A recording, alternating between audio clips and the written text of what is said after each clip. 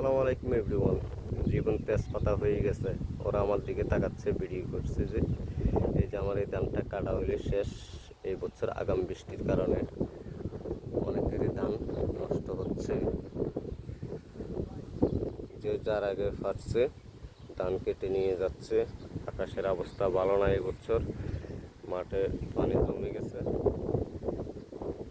এই যে আকাশে প্রচুর পরিমাণ বৃষ্টি, তারপরেও করার কিছু নাই।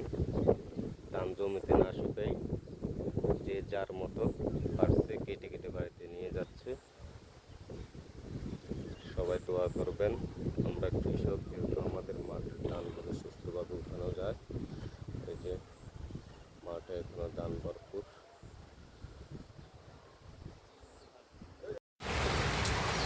এই মুহূর্তে বৃষ্টি হচ্ছে, এখন বাজে দিনের 10টা 32 মিনিট। মনে হচ্ছে যে সন্ধ্যা হয়ে গেছে, অতটা অন্ধকার।